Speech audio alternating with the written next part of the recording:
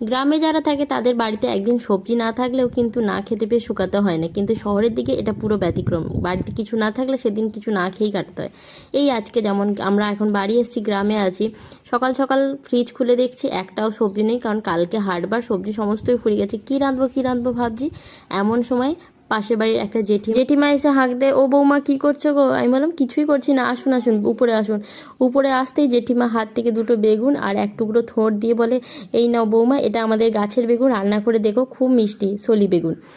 আর এক টুকরো থোড় দিয়ে বলে, বৌমা জানো তো কাল ঝড়ে না গাছটা পড়ে গেছে, তো সেখান থেকে মোচা তো আগের দিনই তোমাদের খাইছি, আর এই থোড়টাও ছিল, থোড়টা ভাবলাম তোমাদেরকে একটু দিয়ে আসি। জিনিস দুটো দেওয়ার সাথে সাথে আমি তো ভাবছি বেশ ভালোই হলো, আজকে আমার রান্না করার কিছু ছিল না। হাজব্যান্ড তখনও মর্নিং ওয়াক থেকে ফেরেনি, ওকে বললাম আসার সময় গাছের দুটো নিম পাতাও ভেঙে নিয়ে এসো তো। আর মনে মনে তখনই ঠিক করলাম যে ওই বেগুন দিয়ে একটু নিম বেগুন বানাবো, থোড় চেচকি আর আলু ডিম তো ঘরে আছেই, তো সেই দিয়ে ডিমের ঝোল বানানো, তাহলেই বেশ দুপুরে সুন্দর খাওয়া হয়ে যাবে।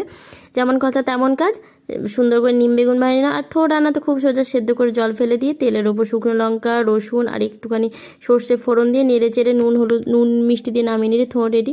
এই সমস্ত কিছু দিয়েই আজকে সুন্দর দুপুরের ভাত খেয়ে নিলাম।